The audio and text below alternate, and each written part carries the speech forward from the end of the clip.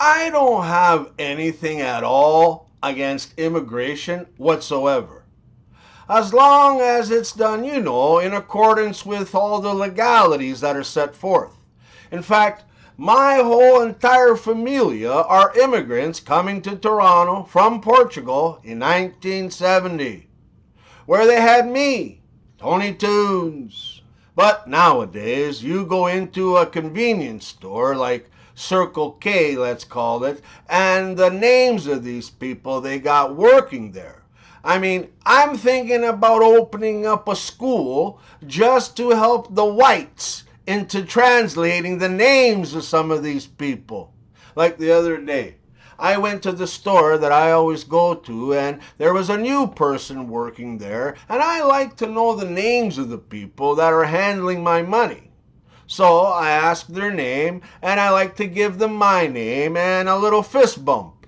So I ask his name, and he mumbles very quietly something that sounds a lot like hot shit. No word of a lie. And I like to repeat the name of the person I'm meeting before I give them mine so that I get their name right, and not to be rude, but because I thought I heard hot shit, I had to ask again. And this time it sounds like hit shit. I definitely heard shit in there somewhere, but not quite sure which part of it, so I ask again. 'Cause I don't give a shit. Get that garbage out of here! About asking them to repeat it 3, 4, even 5 times. 'Cause you come to our country with these names. You better be prepared to have to repeat them a few times for the sake of the white folks. So again, he says his name, and this time, I think I finally got it. So I give him a little fist bump and say, "Hi, Bill, I'm Tony Toons. Nice to meet you."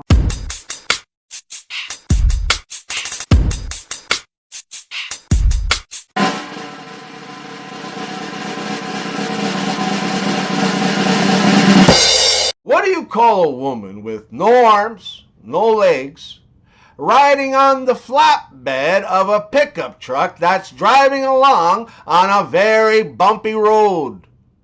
Jocelyn. Every day I'm shuffling. Hey, I haven't seen America this thoroughly embarrassed on the world stage since they lost that war they started with Iran 4 months ago.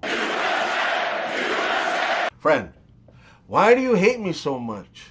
Other friend, I don't actually hate you. Maybe that's too strong a word. But let's just say that if you were rolling around on the ground screaming that you're on fire and to please help, I'd pray to God for the strength and ability to piss gasoline.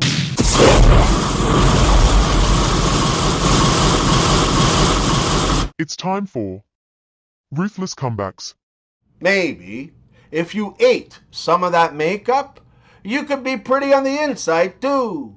Even if you were like twice as smart, you'd still be stupid.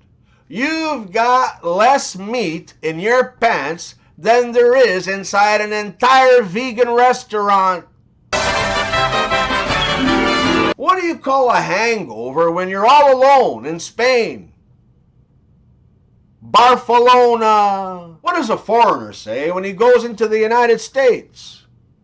You're as cold as ice. You're willing to sacrifice brown lives.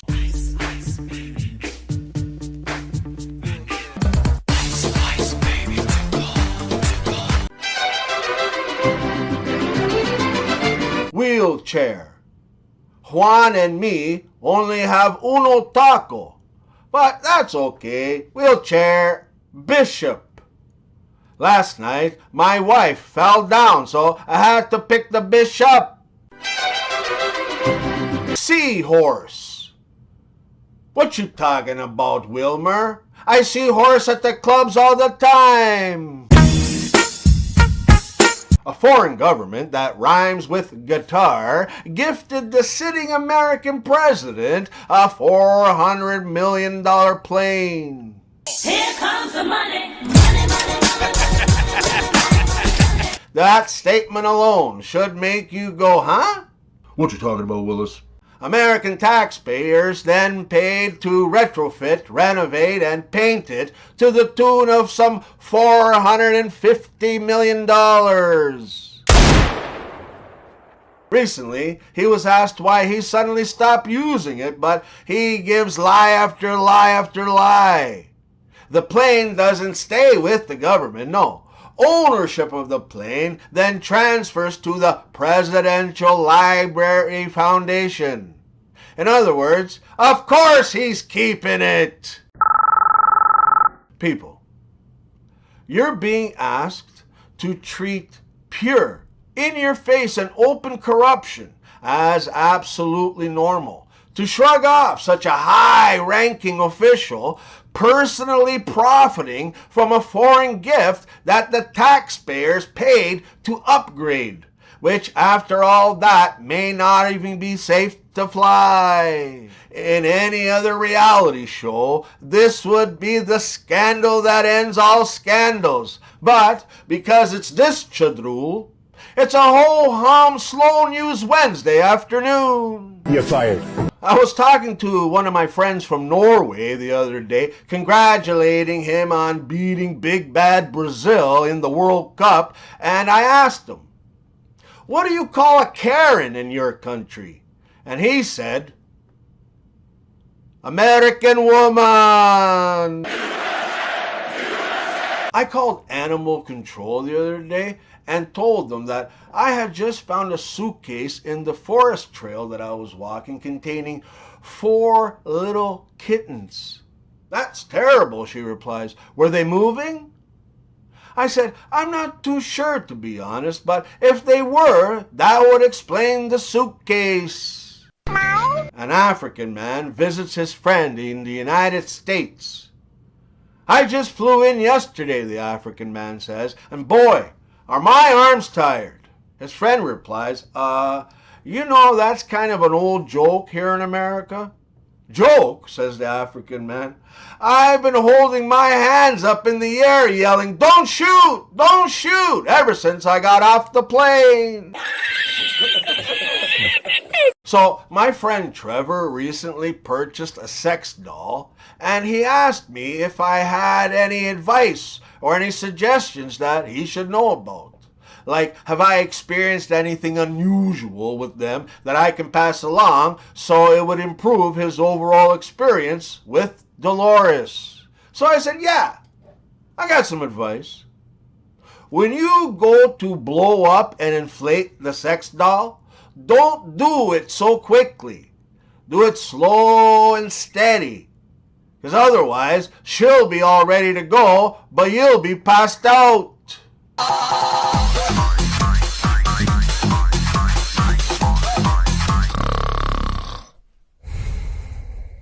Hey, have you ever wondered if women are always right? How do lesbians settle arguments? Tell me lies.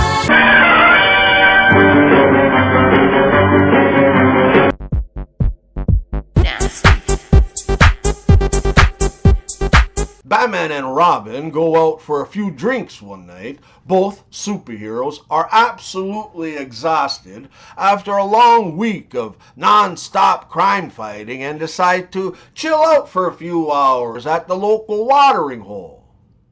Robin knows that his friend has been working way too hard, and for long hours too, so he thinks, what the heck, he can get drunk and I'll relax. So he decides to remain watchful and orders non-alcoholic beer, while Batman orders a bottle of Glenlivet just for himself. The booze takes the edge off of Batman and he starts opening up about his dead parents and the millions he's lost in Bitcoin, his romantic relationship failures. He's almost in tears. Couple hours later, he finishes the entire bottle and he's totally shit-faced. Robin pays the bill and they leave the bar and head off to where they parked the Batmobile. Batman can barely walk. He realizes he can't drive, so he hands the Batmobile's keys to Robin. You're driving tonight, Robin. Robin's jaw drops. He can't believe his luck. After all these years, he's finally driving this beautiful, amazing machinery. And boy, is he going to test its limits. So he opens the passenger door and puts Batman in it. He sits in the pilot seat. He turns on the engine, grabs the stick shift, shifts it into first, and slams on the gas. He quickly shifts it into second, then third gear. He goes from 0 to 60 in 2.7 seconds. He's driving through Gotham streets like a maniac.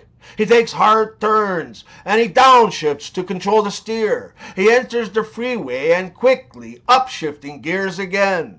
He wants to take this baby to its limit, so he repeatedly takes exits and climbs back onto the freeway. He's taking exit ramps at 100. He's pushing over 180 now. And he's controlling the car with the stick alone. Masterfully upshifting and downshifting. He's barely touched the brakes. Batman hasn't made a peep. After a while, he realizes he's pushed the Batmobile enough and probably came close to busting the gearbox. So he drives back to the Batcave. He parks the Batmobile, he opens the door to exit, but a hand stops him. "Kiss me, Robin." "Say what, Batman?" "Kiss me, Robin." "Batman, what the heck? You know I'm not gay." "Robin, shut up and give me a kiss." "I don't know what gave you that idea, Batman, but I'm not into you like that." "Ah, come on, Robin. Everyone knows that the Batmobile's automatic."